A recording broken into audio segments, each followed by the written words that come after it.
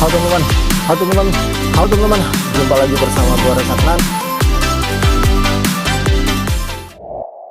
Halo teman-teman, jumpa lagi bersama gua kali ini yang hadir dalam konten terbaru. Begini beritanya, begitu katanya. Konten ini bakal memberikan informasi dari dunia sepak bola baik dari dalam maupun dari luar negeri. Yuk langsung aja kita simak beritanya berikut ini. Berita pertama datang dari dalam negeri, yaitu tentang adik ipar Ketum PSSI Muhammad Iryawan yang akhirnya resmi menjadi Wakil Presiden AFF periode 2022-2026. Begini beritanya. Wasekjen PSSI Maike Ira Puspita akhirnya resmi terpilih menjadi Wakil Presiden AFF periode 2022-2026 dalam Kongres Biasa AFF yang digelar di Siem Reap, Kamboja, Senin 14 November 2022. Adik ipar dari Ketum PSSI ini menduduki salah satu dari 4 kursi Wapres AFF, namun dalam kongres kali ini baru 3 kursi nih yang terisi teman-teman. Selain Maike Ira Puspita, ada juga Pengiran Matusin bin Pengiran Matasan dari Brunei Darussalam dan Hon Francisco Martins da Costa Pereira Jeronimo dari Timor Leste. Sedangkan siapa yang akan mengisi 1 kursi lagi untuk posisi Wapres AFF akan ditetapkan pada Kongres AFF selanjutnya setelah salah satu kandidat, Lim Kiatong, dinyatakan tidak lolos verifikasi oleh komite pemilihan. Sementara itu, Mayor Jenderal Keith Samet dari Kamboja terpilih kembali menjadi Presiden AFF untuk periode kali ini. Dan pada kongres kali ini juga menandakan akhir dari masa jabatan Wakil Indonesia sebelumnya, yaitu Ratu Tisa Destria yang juga menduduki posisi Wakil Presiden AFF. Kita tunggu saja nih teman-teman, kemana gebrakan selanjutnya dari Ratu Tisa Destria setelah tidak menjabat sebagai Wapres AFF. Oke, beralih ke berita kedua, datang dari calon pemain naturalisasi Timnas Indonesia Sandy Walsh yang ngerasain laga dihentikan karena bom asap. Begini beritanya. Jadi Sandy Walsh itu merasakan sebuah pertandingan harus dihentikan karena adanya bom asap dari supporter. Itu dirasakannya saat memperkuat timnya Kevin Michelin bermain di kandang Charleroi SC dalam lanjutan Jupiler Pro League, kompetisi kasta teratas Liga Belgia di Stade du Pays de Charleroi Minggu 13 November 2022. Saat laga dihentikan pada menit ke-72, sebenarnya Kevin Michelin sedang dalam kondisi tertinggal 0-1 setelah tim tuan rumah mencetak gol lewat Ahmed Nadir Ben Bowali pada menit ke-52. Pertandingan ini harus dihentikan lantaran ada aksi kerusuhan yang melibatkan supporter tuan rumah sebanyak 2 kali. Insiden pertama terjadi pada babak pertama saat pertandingan belum genap berjalan 20 menit. Jadi pada saat itu ada lemparan bom asap, kemudian ada juga lemparan bola tenis juga ke lapangan yang membuat pertandingan harus dihentikan. Sebenarnya pertandingan berhasil berjalan kembali, namun pada menit ke-70 wasit terpaksa menghentikan lagi pertandingan tersebut karena adanya bom asap lagi dari supporter tim tuan rumah. Makanya wasit dengan demikian menghentikan laga tersebut dan menyerahkan keputusan terkait dengan status dari laga ini kepada otoritas dari kompetisi terkait.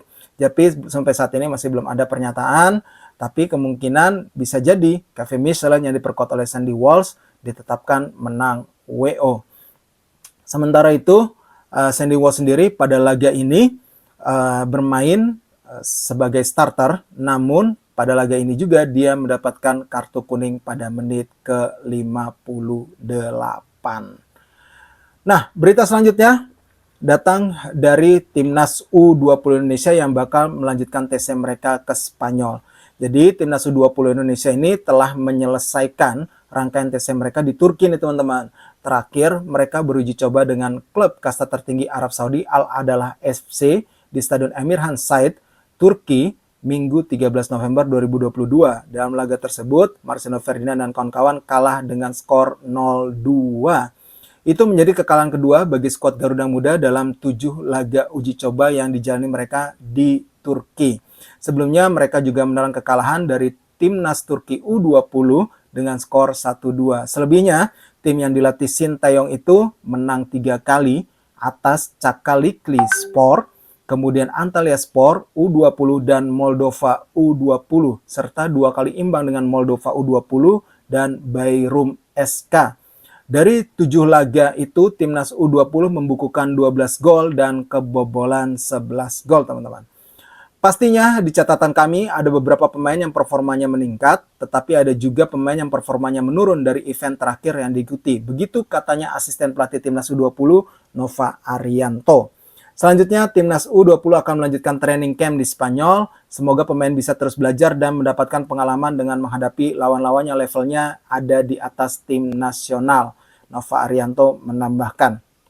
Ya memang setelah tesnya di Turki, Timnas U20 Indonesia akan melanjutkan tesnya mereka di Spanyol. Rencananya di Spanyol tersebut selain berlatih, mereka juga akan mengikuti sebuah turnamen mini yang juga akan diikuti oleh Timnas Prancis U20 dan juga Slovakia U20. Ini tentunya menjadi pengalaman yang akan berharga bagi para pemain Timnas U20 karena kita ketahui bahwa mereka sedang disiapkan untuk Piala Dunia U20 dan juga Piala Asia U20 yang akan digelar pada tahun depan. Kita harapkan ada hasil yang terbaik bagi Timnas U20 kita dan nantinya bisa berprestasi di 2 event besar tersebut. Berita selanjutnya datang dari Persib Bandung, yang mana pelatih Persib Bandung Luis Mia berharap ataupun menginginkan timnya mendapatkan lawan uji coba dari klub Liga 1. Seperti diketahui bahwa pada laga uji coba terakhir mereka menghadapi klub Liga 2 FC Bekasi City yang sebenarnya sedang dalam top performa juga di kompetisi Liga 2 musim ini pada Sabtu 12 November 2022 kemarin. Pada laga tersebut Persib Bandung menang dengan skor 3-0 lewat gol Mark Klok pada menit ke-45 dan juga 2 gol dari Beckham Putra Nugraha pada menit ke-81 dan 94. Ya, sebenarnya Luis Milla ingin memberikan ataupun mendapatkan lawan uji coba yang lebih kuat agar timnya bisa terlihat lagi nih apa saja kelemahan mungkin yang bisa dibenahi sebelum nantinya kompetisi bergulir kembali.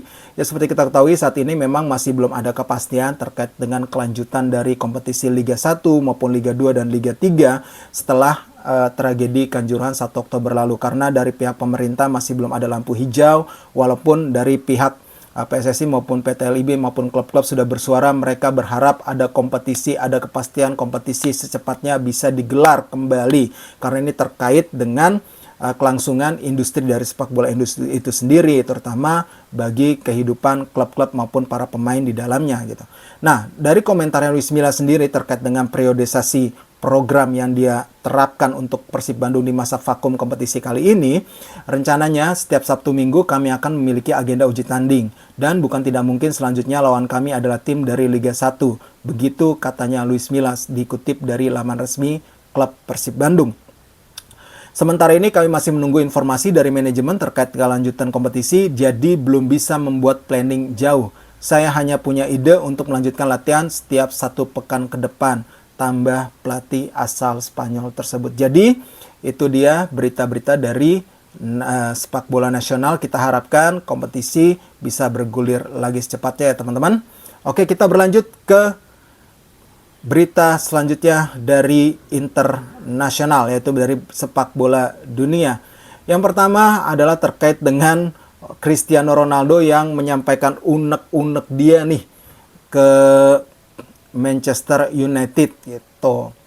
Jadi dia menuding Manchester United ini sebagai pengkhianat ya. Hal ini diungkapkan oleh Cristiano Ronaldo pada sebuah wawancara dengan rekannya juga yang juga seorang jurnalis yaitu Piers Morgan di Talk TV gitu.